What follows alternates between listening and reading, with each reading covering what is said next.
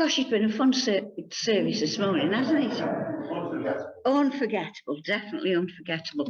A bit like this year. You know, it's that time of year again, isn't it? We had the Strictly final last night, and so we know it's coming to Christmas. And it's nearly Christmas. It's nearly Christmas. Oh, the enthusiasm. And we know what happens, don't we, when we get to that period just after Christmas and just before New Year.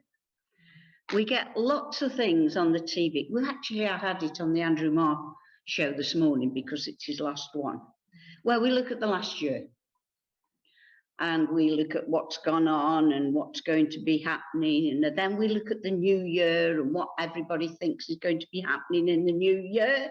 And we just analyse and analyse and analyse who did what to whom, what it means and what it means to us. And then we try to do this prediction about what's going to happen next year.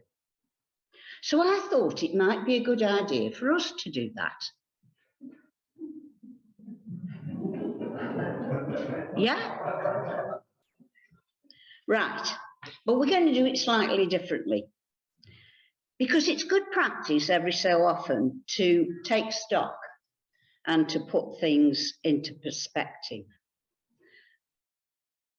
Do you ever sit down and wonder what's going on in my life?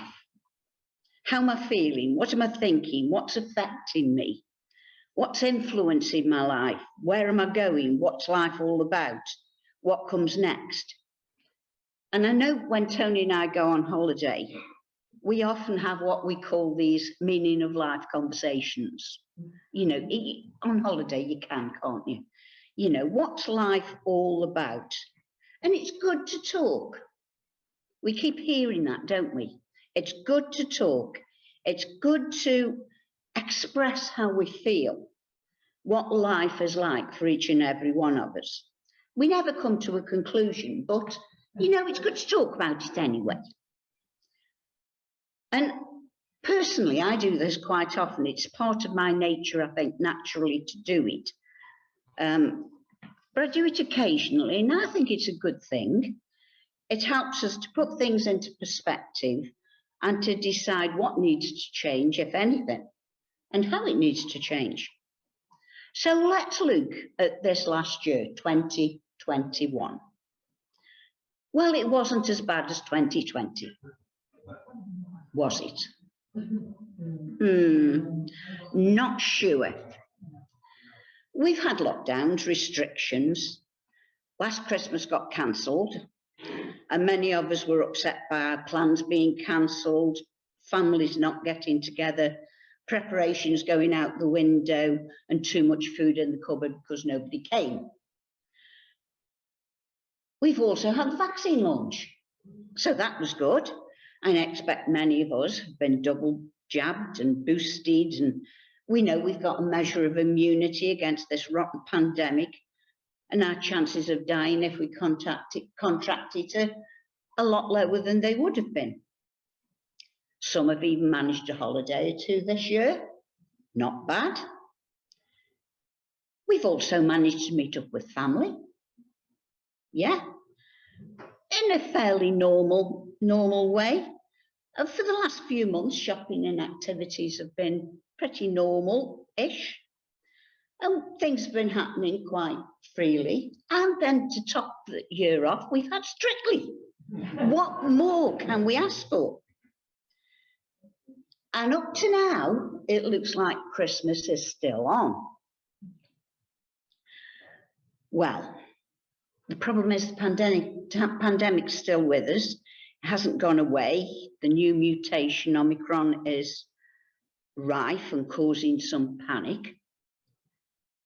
We've had the COP26 conference, haven't we, about climate change, where the problems of the planet have been discussed in some great length and depth, and some agreements made on the way forward. In church life, again, bad thing, I think. We've been told that John's retiring, and we've had to try and prepare for an interregnum, Oh, what fun. And we've got church services getting back to almost normal. Whatever we mean by normal. Not sure about that.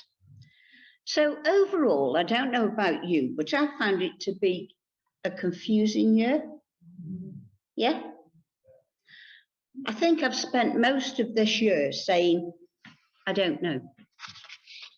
I heard someone describe it recently as like living in a land called I don't know. What's happening? I don't know. What's going to happen? I don't know. What does the future look like? I don't know. What do I need to do? I don't know. So overall, slightly better than 2020, maybe, I think, possibly. Make your own mind up. But have a think about the year and what it's been like for you. We have seen a rise in the large number of people who need assistance because of mental health problems. Whether or not that is actually more people suffering or more people coming forward, I don't know. But certainly it seems to be rife within the community. We've seen reported many people who haven't been to doctors with symptoms who should have been, haven't had the treatment they needed, and are now on long waiting lists for operations and treatments. And I think these are what we might call unintended consequences of what's been happening. And when I look at these things and think about them, there seem to be a number of things going on. Certainly uncertainty. For the last 2 years, it seems as though we're standing consistently on shifting sands. Nothing is like it was. We are back in church, but it's not the same. We're back meeting up with people, but somehow there seems to be some hesitancy in getting too close. Life is almost like it was, but it isn't. And it feels as though at any time the rug may be pulled from under our feet. Will there be another lockdown? We don't know. There seems to be an underlying fear that sits with that uncertainty. And it's there with many people. Fear of the virus, definitely. Fear of the future. Fear of financial problems. Fear of dying. And on and on and on. Fear abounds. And for some, a sense of, how do we get back to that sense of normal life where these things don't surround us? But it's an impotency. If you like, it's a feeling of I can't do anything about any of this stuff. I can't do anything to change anything. It's all beyond me. I feel quite helpless, afraid, and alone. And it's no wonder that many more people are feeling depressed and hopeless. So 2021 better than 2020? A matter of opinion. Christmas is a time when we celebrate the coming of the light of the world. It's when we look to the birth of Jesus as a saviour of mankind, and we look to the way the truth and the light will be able to lead us into God's presence and forgiveness. And the interesting thing is that when we talk about what goes wrong in our lives, we talk about things as a dark time. You know, I've had a dark time, it's not been quite good. A time when there's no light, no hope, no future that we can see, and it's dark. But to state the obvious, it can't be dark if there's a light. Can it? I'm a firm believer in getting things out there. When I feel hopeless, dark, fearful, and sometimes I do, I am like most people, I go through highs and I go through lows and occasionally enjoy a normal level of life. Somehow it seems so much better to me if I splurge it out. I vomit it out, if you like, to someone who will listen. So instead of sitting with the darkness within me, getting it out into the light where I can acknowledge what's going on and perhaps do something about it. Do you remember a couple of instances in the gospel when Jesus heals someone? He first asks, do you want to be healed? Or what do you want? It seems such a stupid question in the context of what was going on at the time, when someone is obviously hurt or in pain. But it seems to me that Jesus obviously recognizes that sometimes we need to acknowledge what's going on. We need to get in touch with ourselves and how we are and what we're feeling and thinking, so that we can ask God for what we need, so that He can bring light into our darkness. We just need to acknowledge the darkness and recognize it for what it is. So let's get it out there. Sometimes life is ... asterisk, asterisk, asterisk. No one can escape it. Life happens.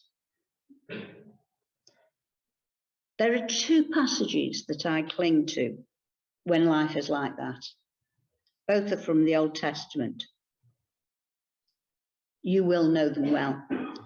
The first one is from Jeremiah 29. I alone know the plans I have for you. Plans to bring you prosperity and not disaster. Plans to bring about the future that you hope for. Then you will call to me. You will come and pray to me, and I will answer. The other is the Isaiah 40 passage that we had read earlier. Those who trust or hope in the Lord for help will find their strength renewed. They will rise. They will rise on wings like eagles. They will run and not get weary. They will walk and not grow weak. So after the introspection, each and every one of us has a choice. And I found that it is a very, very definite choice. We can wallow, and in all honesty, I love a good wallow. I like a bit of Poms, poor on me. I like to spend some time thinking, woe is me, nobody loves me, everybody hates me. I think I'll go and eat worms. Somehow it feels right, and I enjoy it. Feels nice. But I know it's not. I know it's not good. And at heart, I think we all know it's not good to wallow. But I like to enjoy it for a little while.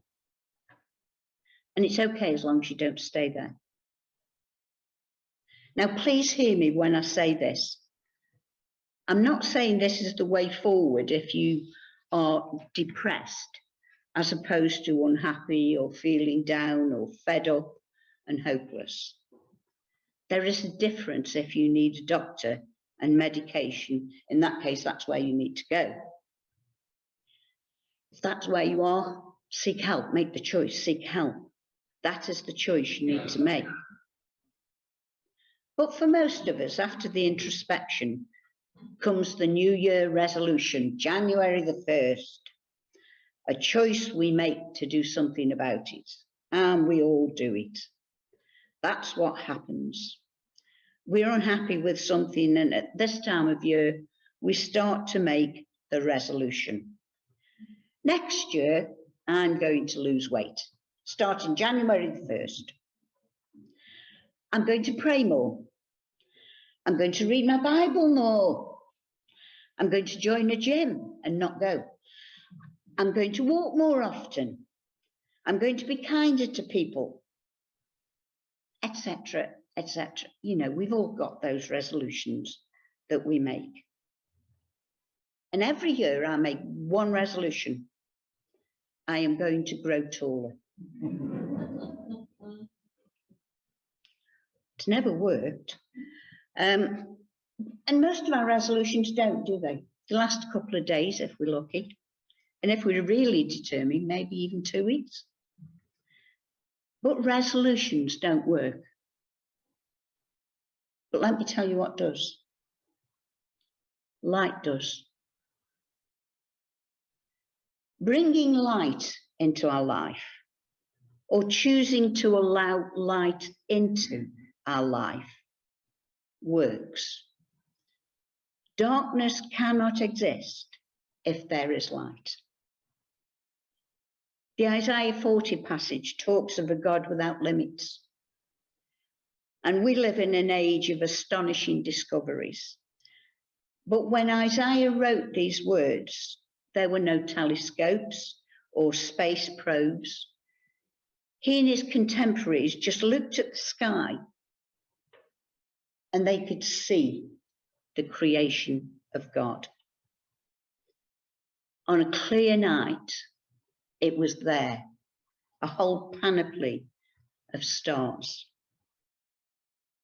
When we were in Ghana, sometimes at night, because there was no light pollution, especially in the north of Ghana, right in the middle of nowhere, we would look at the sky at night. And it's just phenomenal. You cannot count the stars. I understand what Isaiah was saying. They're too many to count. And now we can peer further into space than ever. And we actually can only confirm what Isaiah knew. All of creation stands as evidence that God is a creator with infinite ability.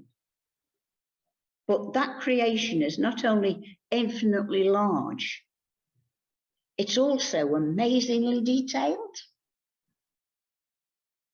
Scientists now look at the building blocks of creation and see its amazing complexity.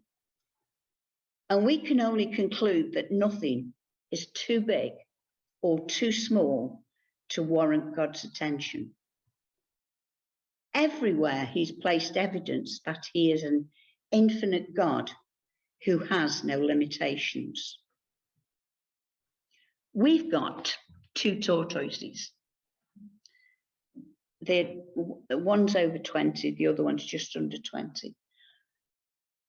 The eldest one is a boy, the other one is a girl. Now tortoises do what tortoises do. And our little girl, she has been laying eggs for a few years now. And tortoises do, whether they're fertile or not, they lay eggs. And she's been laying eggs, and I had an incubator, and I keep shoving these eggs in the incubator, and absolutely nothing happens. Quite disappointing. Anyway, this year I noticed she laid an egg in a totally different place, and she did it a totally different way. So after she'd gone, I went and dug it up, put it in the incubator. Thought it's going to go the same way as all the others, always does. And then one day I was in a meeting, in the meeting room, and I had a phone call. What do you do with a baby tortoise? Oh, I don't know. Anyway, when I got home, we sorted it out, and it was absolutely amazing. Absolutely amazing. An egg about that big. And out comes this absolutely perfect miniature tortoise. Not only is she perfect and in miniature, she's running around her run. She's eating the stuff that we put in there. She's weeing and pooing. She knows to bury herself. I didn't teach her that. Spice, who gave birth to her, didn't teach her that. Nobody taught that. It was all there. And I had to stand back in amazement and say, God, how phenomenal is this? That not only did you create all that out there, but this tiny little tortoise, you put all the detail into her of being able to live. It's just mind-blowing. It's staggering. And then we've got the passage from John. John proclaims that God is here. Now, Jesus is proclaimed as the Word which reveals God's heart and mind to us. Jesus is the climax of divine revelation. He's it. John is saying that regardless of all that has been, now things have changed. Now we have revelation. Now we have the eternal Word, who existed before time, in the beginning, and will exist to the end. And when all time ceases, he will exist, the Alpha and the Omega. Now we have the introduction to the Creator, the one who was there when all things were made. Now we have the incarnate Word. He is no phantom or spirit, but a man who was made flesh and blood, a man who experienced personally all that life could throw at him. Now we have light. In John's Gospel, we have an emphasis on life. It's a key theme, and John uses it 36 times. The essentials for life are fourfold: light, air, water, and food. And just think of the words that Jesus used about himself. I am the light of the world. I am the breath of heaven. I am the living water.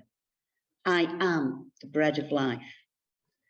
What John is saying is from this moment, the moment we celebrate at Christmas, we have everything essential for life, and for life in all its fullness. We worship a God who is not only limitless, but awesome in power. He can and does do anything. And it's into this light, which is limitless in power, that we can bring our problems, our feelings, our life, our health, our fears, our worries, our loved ones, our friends, our world, the future. For me, the two most powerful words in Scripture are I am. God, what is your name? I am. And I've had periods last year when I felt very low, very lonely, very afraid, very confused, and definitely wanted to just give up and go and live my life on my desert island with a sunbed and a very long cocktail. And what I keep coming back to is, I know the plans I have for you. And wait and trust for a God who is awesome in power and absolutely limitless in his abilities. In other words, wait for the God John was talking about, Jesus my Lord, because his timing is perfect and his plan is good. In a world of uncertainty, there are some things that we can look to in the light, which we can be certain of. God will always love us, no matter what. God will always be faithful, no matter what. God will always be truthful, no matter what. Because that's his nature. That is who he is. He can't help it. It's what he does always. He is, I am. Depression and darkness tell me there's no hope. Depression and darkness tell me all is lost. It tells me no one cares. It tells me I'm alone. It tells me to look inward. It tells me I'm not good enough. It tells me that this is all I have to look forward to. It tells me that all is fear. It tells me there is no future. Light tells me I'm a child of God. Light tells me I'm loved. Light tells me I belong. Light tells me I have a future. Light tells me to look outward. Light tells me someone sacrificed their life for me. Light tells me I'm forgiven. Light tells me there's hope. Light tells me there's a plan. Light tells me that darkness is not permanent. Light tells me life is there to be lived in all its fullness. So which voice do we listen to? Darkness or light? So this Christmas, let's spend some time being honest with ourselves. Talk to a friend. Acknowledge where we're at. If we're in a good place, then give thanks to God. It's a good place to be. If we're not, look to the light. It's only in the light that there is a resolution and freedom. It's Christmas time when we celebrate the greatest light to come into the world. Let's choose this Christmas to listen to that voice, not to the voice of darkness and depression. And remember always what John said. The light shines in the darkness, and the darkness has never put it out.